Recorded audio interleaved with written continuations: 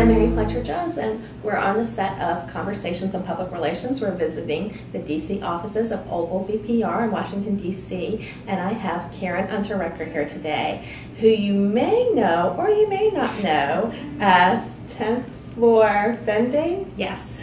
Karen, tell us this story. I think it's so funny. Sure. Well, so my desk is situated directly across from the vending machine on the 10th floor here at Ogilvy, and as a result, I spend a lot of my day, not a billable portion, but a lot of my day answering questions about the vending machine. What's in stock? Why did it eat my money? Etc. And so people just vent to you. People do. They like want to. They can't talk to the machine, so they sort of have to talk to the person closest to it. So I started a Twitter handle because I'm a social media nerd, and I started at 10thFlrVending.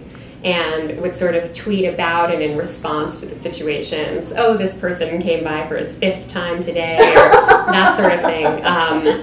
But it's taken off a little bit in the office, and so I've had to tone down some of my. I can't talk about people in the office anymore because they often visit, but I can sort of respond in dialogue with them. So if they do have a problem, they now have a place that they can complain about someone eating the money and that sort of thing. I hear a lot of those complaints online and in person. So you respond in this Twitter persona as if you were the vending machine. Yes. And it's kind of a... the vending machine's responding. I'm facilitating the response. She's kind of sassy, isn't she?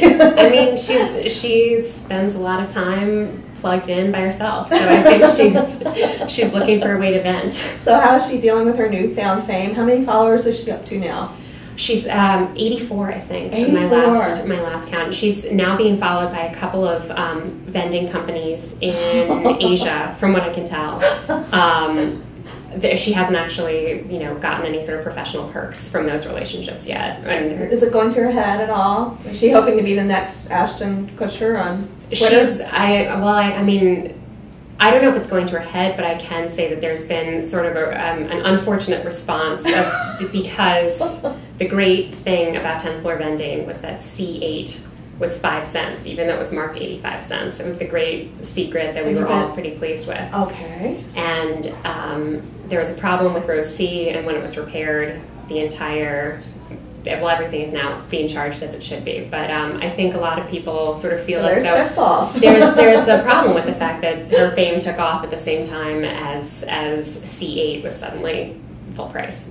So what's been the response in the office? Have people kind of launched onto this? Do they love it? People like it. I think I've had a couple of instances where I've been a little bit or where the vending machine has been a little sassy, and I've gotten in-person responses because I didn't know people were following, and I've then mentioned them. So that's been uncomfortable. But I'm now watching that, and I have a couple of clients following, which changes things dramatically. But it's kind of fun. Everyone knows it's in good humor, and I haven't been told to change behavior on it. I have free reign. So well, I think it's very original. I haven't seen anyone do this before.